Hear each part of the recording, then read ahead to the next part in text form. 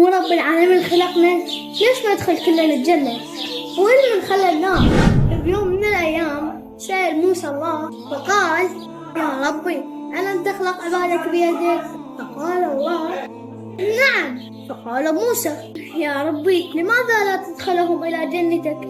فقال الله لموسى: يا موسى ازرع زرعا. فزرع موسى زرعا وسقاه ونبت الزرع. بمرور الوقت موسى نسى السؤال، ولما نجى وقت الحصاد وإجا موسى للزرع وحصده خلى الزرع الصالح على جهة، خلى الزرع غير صالح على جهة، شعل بالنار. هاي اللحظات ناداه الله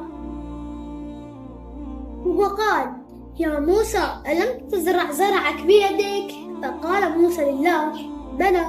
فقال الله: فلماذا أحرقت بعضه في النار وبعضه تركته لك؟ فقال موسى: يا ربي تركت الصالح لنفسي وأحرقت الذي لا يصلح. فقال الله: كذلك أنا أفعل بعبادي، العبرة واضحة.